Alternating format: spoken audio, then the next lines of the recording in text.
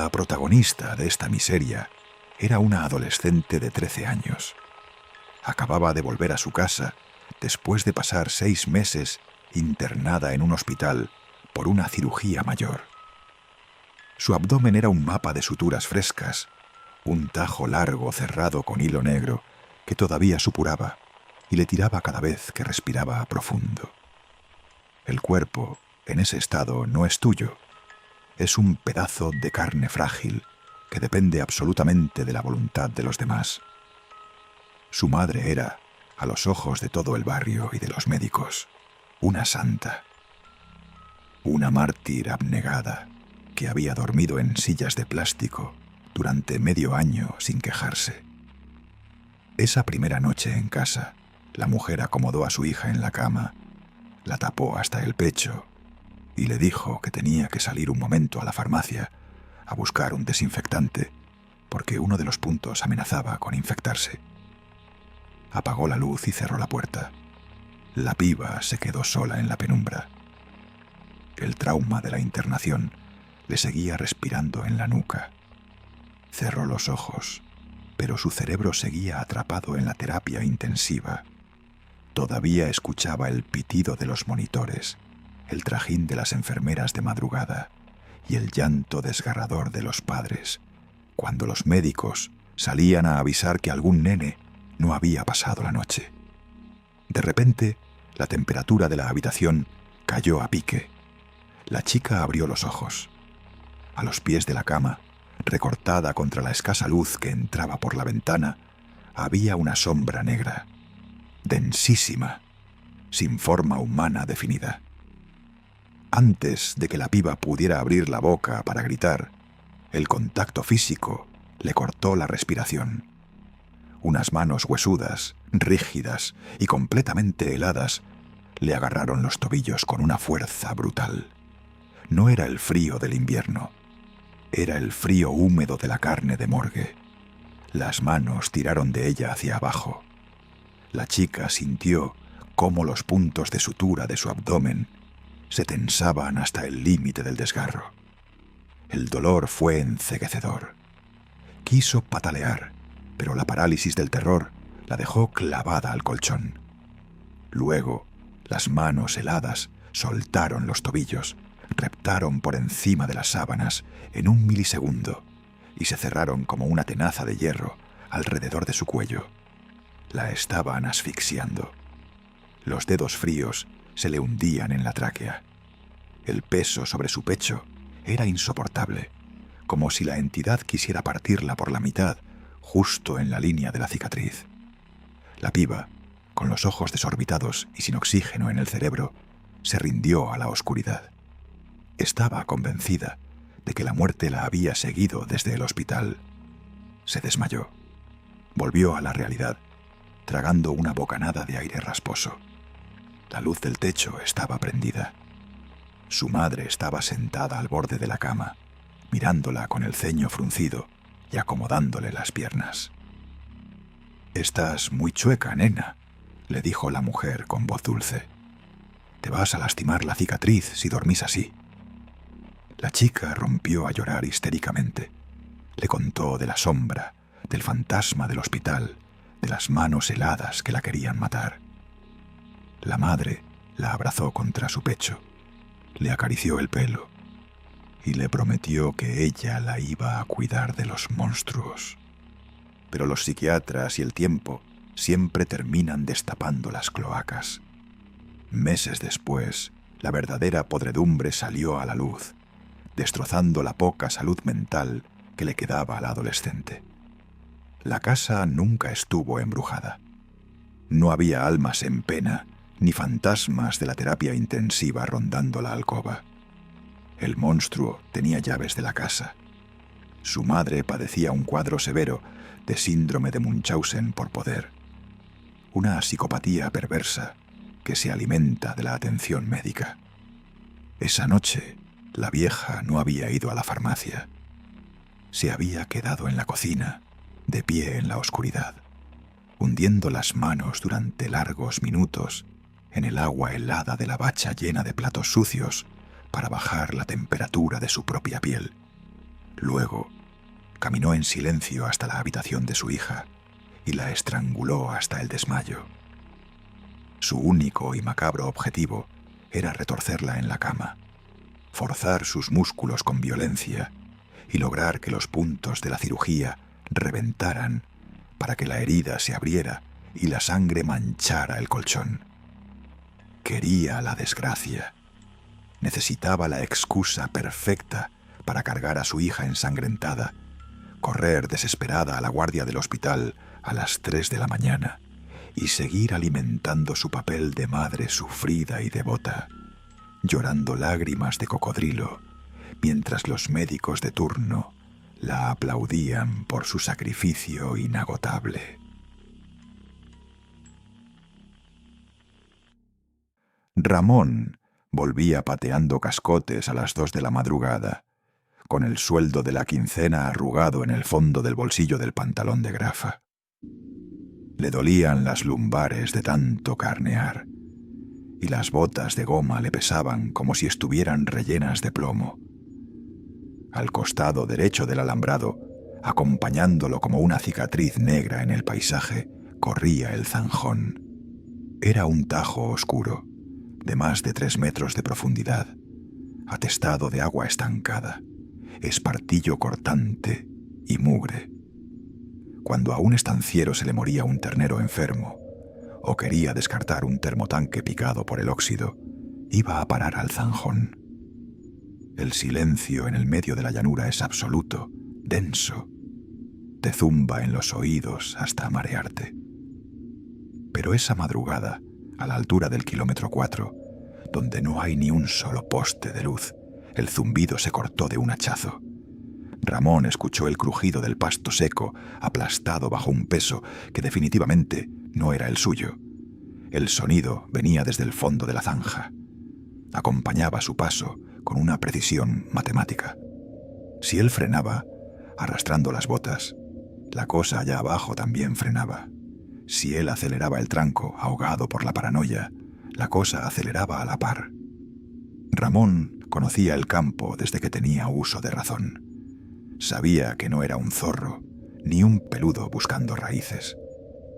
Los animales de monte no te marcan el paso militar. Huyen despavoridos ante la presencia humana, o, si están rabiosos, te encaran de frente. Esta porquería no estaba cazando, lo estaba pastoreando.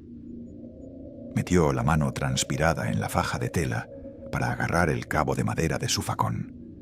El sudor helado le bajaba por la espina dorsal, picándole entre los omóplatos. Llegó a la curva de los sauces viejos, un recodo donde el camino se estrechaba. Las nubes de tormenta se abrieron un segundo, como una cortina sucia, y una luna inmensa, amarilla y enferma, tiró un cono de luz directo sobre la huella de tierra. Ahí estaba el bulto, plantado en medio del camino, a escasos 10 metros, cortándole el paso. Era un perro, o al menos el esqueleto sarnoso de lo que alguna vez debió ser un galgo cruzado. Ramón soltó el aire retenido en los pulmones con un soplido que le raspó la garganta. Aflojó el agarre del cuchillo para agacharse a buscar una piedra grande. Un perro cimarrón, por más hambre que tenga, se arregla a cascotazos limpios. Pero cuando el animal dio un paso torpe hacia el centro del camino iluminado, a Ramón se le aflojaron las rótulas y el cascote se le patinó de los dedos. Esa cosa no tenía hocico, no tenía orejas puntiagudas, ni una trufa húmeda olfateando la humedad del aire. La cabeza original del animal había sido amputada a la altura de la garganta con una herramienta mellada. Y en su lugar, montada a la fuerza sobre el cogote raquítico, desprovisto de pelo, había una cabeza humana. Ramón no pudo apartar la vista de la costura atroz. Era un trabajo de carnicería demencial. Alambre de fardo oxidado y tendones gruesos y amarillentos cruzaban la carne viva, uniendo la piel de hombre con el cuero de la bestia en un empalme monstruoso. De esa herida circular chorreaba un líquido negro, espeso, que manchaba el pecho escuálido del perro. El corazón le dio un latigazo tan brutal contra el esternón que pensó que iba a caer fulminado ahí mismo. Conocía esa cara, las mejillas hundidas, la piel curtida por el sol, la nariz rota. Era don Eustaquio, el viejo capataz del tambo vecino que faltaba desde el lunes de la semana pasada. La policía local había dejado de buscarlo el viernes, afirmando con pereza que el viejo se había patinado la jubilación en el casino o que estaba tirado borracho, pudriéndose en alguna cuneta de la ruta nacional. Pero la cabeza de Eustaquio no estaba en ninguna cuneta. Estaba ahí, balanceándose grotescamente sobre las 4 patas temblorosas de un animal desnutrido. Lo que terminó de destrozar la poca cordura que le quedaba a Ramón no fue la monstruosidad del injerto ni la brutalidad quirúrgica del asesino. Fue la maldita biología. La cabeza estaba viva, respiraba. Los ojos humanos de Eustaquio, inyectados en sangre y dilatados por un dolor que no pertenece a este mundo, parpadearon. El cartílago del cuello canino crujió con un chasquido húmedo, como si se rompieran nueces, cuando la cabeza se enderezó con esfuerzo para mirarlo fijo a la cara. Los labios resecos de Eustaquio, cuarteados por el frío de la intemperie y llenos de moscas diminutas, se estiraron hacia atrás. Descubrieron unos dientes amarillos en una sonrisa asimétrica, espantosa, que parecía a punto de desgarrarle las mejillas de tanta tensión. El monstruo abrió la boca despacio.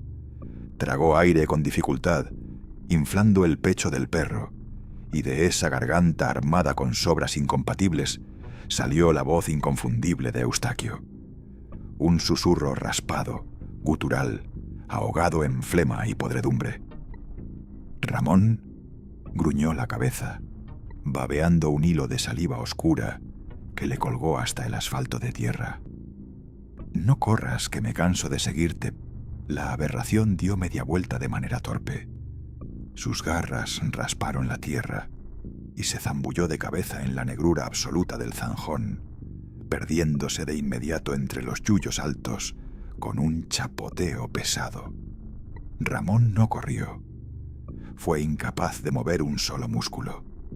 Se quedó clavado en el polvo del camino, meándose en los pantalones sin siquiera darse cuenta, apretando el mango de madera del cuchillo hasta sacarse sangre de las palmas. Todavía le faltaban más de 2 leguas de caminata en la más absoluta oscuridad para llegar a su rancho. Y ahora, con el viento frío helándole el sudor en la frente, acababa de entender que en la soledad del campo hay carniceros a los que la anatomía humana les queda demasiado chica y andan sueltos armando sus propios rompecabezas con lo que encuentran. Enero en el conurbano no se respira, se mastica. El calor húmedo se te mete en el colchón de goma espuma, te pega las sábanas a la piel y convierte cualquier habitación cerrada en una trampa de asfixia. Lucas tenía apenas 9 años y dormía en la última pieza de la casa, un cuadrado de 3x3 con humedad en los zócalos y una ventana que daba al patio de tierra. Su única salvación contra el infierno del verano era un viejo ventilador de techo de 3 paletas de chapa pesada. Uno de esos armatostes oxidados que tiemblan sobre su propio eje y hacen un taca-taca rítmico, amenazando siempre con desprenderse del yeso y decapitar a quien duerma abajo. Esa madrugada el ventilador giraba en la velocidad máxima. El aire que tiraba era un aliento caliente y pesado. A los pies de la cama estaba Simón, un perro mestizo, petiso y cruzado con terrier, que solía dormir hecho un ovillo. Pero a eso de las 3 de la mañana, Simón se despertó de golpe. Lucas abrió los ojos, sacado del sueño por un sonido gutural. No era el ladrido agudo de cuando el perro veía un gato en la medianera. Era un gruñido sordo, vibrante, que le nacía desde el fondo del pecho. El pibe se sentó en el colchón, transpirado, y miró a su mascota en la penumbra. Simón estaba parado sobre las 4 patas, con el lomo erizado como un cepillo de alambre, la cola metida entre las patas traseras y la cabeza apuntando directamente hacia el centro del techo, hacia el ventilador. «Cállate, Simón, que vas a despertar a mamá», susurró Lucas frotándose los ojos. Pero el perro no le hizo caso. Empezó a ladrar. Ladraba con desesperación, retrocediendo hacia la esquina de la pieza, arrinconándose contra el ropero, como si la sola idea de estar debajo de ese flujo de aire lo aterrorizara. Lucas miró hacia arriba. El ventilador era una mancha borrosa, un círculo grisáceo de aspas girando a toda velocidad, cortando el aire pesado. No había nada ahí. Pensó en un murciélago, en una polilla gigante de esas que entran en verano, o simplemente en que el chucho se había vuelto loco por el calor. Agarró una zapatilla del piso y se la tiró al perro para que se callara. Simón esquivó el golpe, pero no dejó de mirar el techo. Temblaba de una manera espantosa.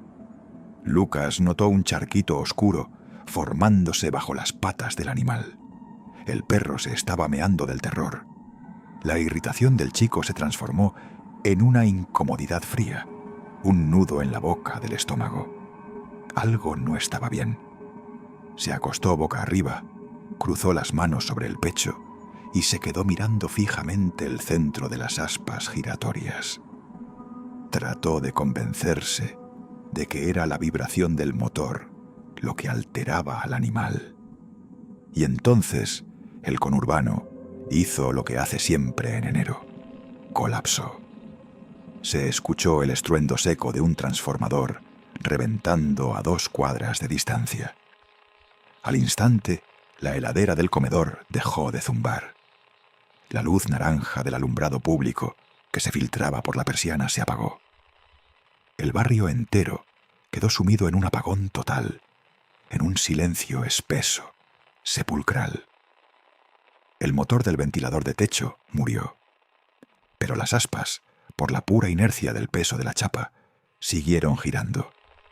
El sonido del aire cortado se fue haciendo cada vez más lento. Lucas no se movió. Tenía los ojos clavados en el techo. A medida que el giro perdía velocidad, las paletas dejaron de ser un círculo borroso para empezar a delinearse en la oscuridad. La luna, grande y pálida, se asomó por detrás de unas nubes y filtró unos rayos fríos a través de las tablitas de madera de la ventana, iluminando el centro del techo justo sobre la cama. El ventilador dio sus últimas vueltas lentas, y Lucas vio por qué el perro se había orinado. Aferrada al motor central del aparato, no había una sombra, ni un trapo, ni un nido de ratas. Había una anatomía. Era una criatura humanoide, del tamaño de un nene pero esquelética, desnutrida hasta el extremo. Tenía la piel de un color gris ceniza, pegada a las costillas hundidas. Sus extremidades eran anormalmente largas, como las de una araña gigante. Las piernas estaban enroscadas alrededor del caño que sujetaba el motor al techo, y sus 2 brazos kilométricos abrazaban las paletas de chapa para no salir despedida por la fuerza centrífuga. Había estado ahí arriba todo el tiempo, girando a toda velocidad, dando cientos, miles de vueltas en la oscuridad, en completo silencio, mirando fijamente la cara de Lucas mientras él dormía. El ventilador se detuvo por completo, con un rechinido oxidado. La criatura colgaba ahora inmóvil, cabeza abajo, a menos de 1,5 metros del rostro del chico. Lucas quiso gritar, quiso llamar a su madre, pero los pulmones se le habían convertido en 2 bolsas de piedra. El terror lo había inyectado de parálisis. La cosa ladeó la cabeza. Sus ojos no tenían pupilas, eran 2 esferas blancas y lechosas que reflejaron la luz de la luna. Una hendidura fina se abrió en su rostro, simulando una sonrisa sin dientes, y el ser soltó su agarre de las aspas. No cayó sobre la cama. Sus brazos se estiraron hacia arriba con una agilidad nauseabunda. Lucas escuchó el sonido de huesos crujiendo al desarticularse, seguido por un rasguido seco y espantoso. Eran garras, uñas largas, queratinosas y amarillentas, que se hundieron en el yeso blando del cielo raso. El animal en la esquina ya ni siquiera ladraba, solo emitía un quejido agudo y lastimero. Con movimientos espasmódicos, como un insecto roto, la criatura empezó a reptar por el techo en dirección a la pared. Lucas escuchaba el yeso desmenuzándose cayendo sobre sus sábanas. Vio cómo la silueta gris cruzaba el rincón de la pieza y, rotando su cuerpo imposible, empezaba a descender muy lentamente por la pared, clavando las garras en el empapelado, bajando centímetro a centímetro, directa e inexorablemente hacia el borde de su colchón. Y en esa oscuridad asfixiante, atrapado en su propio cuerpo, el chico entendió que los apagones del verano a veces no solo te roban la luz, sino que sueltan a los inquilinos que viven escondidos en el vértigo de las cosas que giran. El récord biológico de un cerebro humano antes de empezar a devorarse a sí mismo a pedazos son 72 horas. A partir del segundo día sin dormir, la realidad deja de ser un lugar sólido. Las proporciones de tu propia pieza se deforman, la luz de las bombitas te clava agujas en las retinas, el zumbido de la heladera te suena adentro de los oídos y la saliva te empieza a saber a cobre oxidado. El insomnio no es la simple ausencia de sueño, es una tortura de goteo donde tu propia mente te mantiene de rehén. Damián estaba cursando el último año de arquitectura y llevaba exactamente 48 horas sin pegar un ojo. La entrega final de la tesis lo había obligado a empalmar 2 noches a puro café, bebidas energéticas y pastillas de cafeína. Cuando por fin apagó la computadora, con los ojos inyectados en sangre y las manos temblando por la taquicardia, pensó que iba a caer desmayado. Se tiró en la cama, boca arriba, en su departamento caluroso del centro.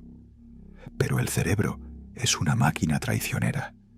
Estaba tan sobregirado, tan saturado de químicos y estrés, que el sueño no vino. Damián se quedó mirando el techo. Su respiración era corta. Sentía que el corazón le latía en las sienes. Fue en ese duermevela tóxico, justo cuando la luz pálida de las 6 de la mañana empezaba a filtrarse por la persiana, que lo vio. En la esquina superior izquierda de su habitación, justo donde el yeso del techo se unía con la pared, había una mancha oscura. Damián frunció el ceño. Pensó que era humedad o una tela de araña cargada de polvo, pero la mancha no estaba quieta. Se arremolinaba sobre sí misma, densa y pesada, como si alguien hubiera encendido un neumático invisible. Era una masa de humo negro, compacta, que parecía desafiar las corrientes de aire. Damián forzó la vista, sintiendo la arena en los párpados. Entonces, en el centro de esa humareda espesa, se encendieron 2 puntos, 2 brasas rojas, circulares, que lo miraban fijamente desde las alturas. El instinto de supervivencia le dio un latigazo en la espina dorsal. Damián pegó un respingo y parpadeó con fuerza, restregándose la cara con las manos sudadas. Cuando volvió a mirar hacia la esquina, no había nada, solo el yeso blanco y cuarteado. «Estoy alucinando», se dijo en voz alta, tratando de calmar el temblor de sus manos. Sabía que la privación de sueño producía alucinaciones visuales y auditivas. Trató de convencerse de que su corteza visual estaba fallando por la falta de descanso. Pero las horas siguientes fueron un descenso en picada hacia la locura. Pasó otra noche entera dando vueltas en la cama, sudando frío. Cada vez que apagaba la luz, el olor a cable quemado le llenaba las fosas nasales. Y cada vez que abría los ojos en la penumbra, la mancha de humo estaba ahí. Ya no era un borrón en la esquina. Había bajado por la pared. Se estaba acercando a los pies de la cama. No era un fantasma, ni el alma en pena de un familiar muerto. Era un parásito oportunista, una chinche astral. Esas cosas flotan en la estática del mundo, invisibles para los que tienen la mente sana, pero huelen la vulnerabilidad de un cerebro fracturado por el cansancio a kilómetros de distancia. Se alimentan de la desesperación, de la energía frenética de la vigilia. Damián ya no podía más. Lloraba de impotencia. Al cuarto día, arrastrando los pies y con un aspecto cadavérico, fue a la farmacia de su cuadra y le rogó al farmacéutico, un viejo conocido de su padre, que le vendiera una caja de clonazepam sin receta. «Necesito que me apagues el cerebro, por favor», le suplicó. Esa noche cometió el peor error táctico de su vida. Se tomó 3 pastillas juntas. No quería relajarse, quería un coma químico. Se tiró en la cama, miró la esquina del techo, que ahora estaba vacía, y sintió el alivio inmenso del sedante adormeciéndole las extremidades. La oscuridad lo tragó por completo. El problema de las pastillas para dormir es que no te dan un sueño natural, te paralizan. Apagan los interruptores motores de tu cuerpo y te dejan encerrado en un sarcófago de carne. A las 3 de la madrugada, Damián despertó de golpe. Su mente estaba lúcida, pero su cuerpo no respondía. Parálisis del sueño inducida por los fármacos. No podía mover ni un solo dedo, no podía gritar. Y entonces sintió el impacto. Un peso bestial, colosal, cayó directamente sobre su pecho. El colchón se hundió con un crujido violento. Eran 80 kilos de masa muerta sentándose a horcajadas sobre sus costillas. El aire fue expulsado de sus pulmones de un solo golpe. Damián abrió los ojos, desorbitados por el terror absoluto. La criatura de humo ya no era humo. Se había solidificado gracias a los días de alimentarse de su pánico. Era una silueta humanoide, hecha de una costra negra que parecía ceniza mojada y alquitrán. Estaba arrodillada sobre él. El olor a ozono, a pelo quemado y a podredumbre le inundó la garganta. La entidad se inclinó hacia adelante hasta que su rostro sin facciones quedó a 3 centímetros de la cara de Damián. En medio de esa máscara de hollín, las 2 brasas rojas ardían con una intensidad infernal, quemándole la piel de las mejillas con su radiación.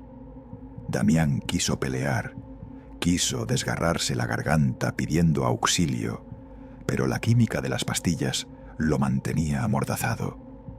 La criatura abrió lo que debería ser su boca, una grieta irregular que brillaba como el interior de un horno, y en lugar de morderlo, hizo algo infinitamente peor.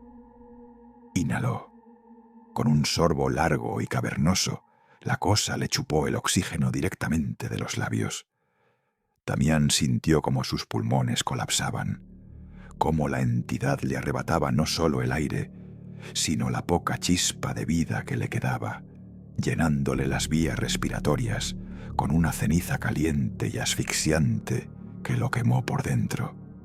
El desenlace de esta miseria lo encontró la madre de Damián a la mañana siguiente, cuando fue a llevarle el desayuno porque no le contestaba el teléfono. La autopsia oficial determinó que el estudiante de 24 años había fallecido a causa de un infarto masivo de miocardio, provocado por el estrés extremo, el exceso de bebidas energéticas y una sobredosis accidental de ansiolíticos. Un diagnóstico clínico limpio y comprensible. Pero los forenses nunca pudieron explicar, ni se atrevieron a dejar asentado en el expediente, por qué el rostro del cadáver había quedado petrificado en una mueca de terror que les heló la sangre a los paramédicos.